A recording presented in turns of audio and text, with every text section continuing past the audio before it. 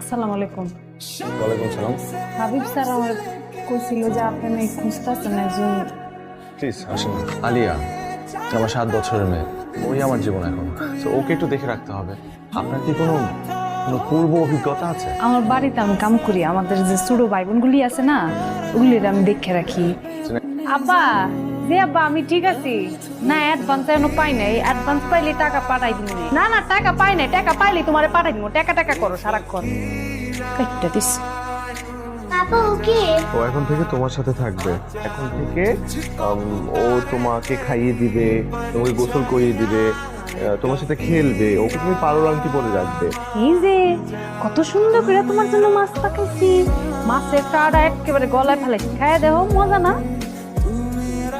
না আমি সব খাই না, তুমি কিচ্ছু জান না। কি খাইবা কম, তোমার পাকাই দিই। চাউমিন খাবো। হ্যালো।